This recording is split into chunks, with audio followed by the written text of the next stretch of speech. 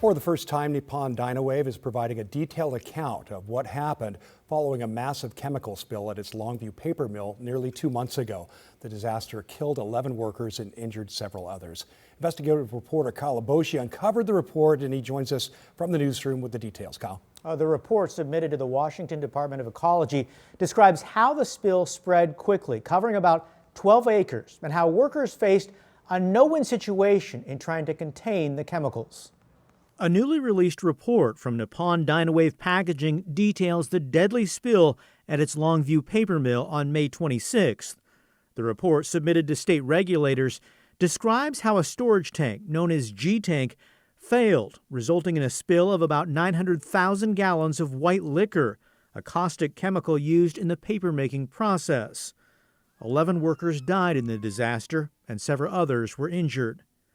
According to the company, the massive spill damaged a nearby fire main, adding water to the spill and allowing contaminated liquid to spread across a much larger area than initially expected.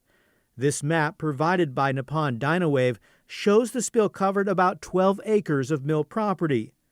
The report says plant workers took immediate steps to limit environmental damage, but faced a no-win situation.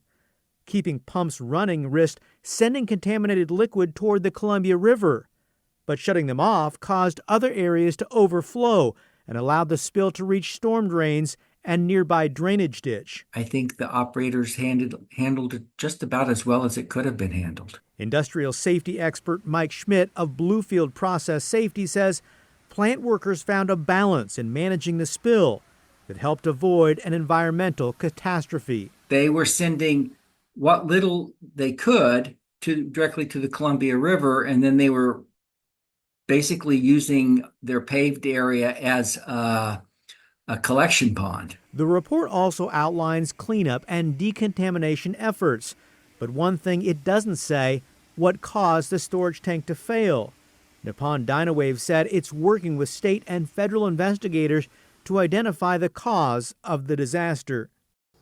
We've also discovered some new records that show Washington Department of Ecology inspectors were on site multiple times in the months leading up to the disaster, including a routine air emissions inspection in March and an unannounced hazardous waste inspection in April. But neither inspection involved evaluating the condition of G-tank, the white liquor tank, that later failed.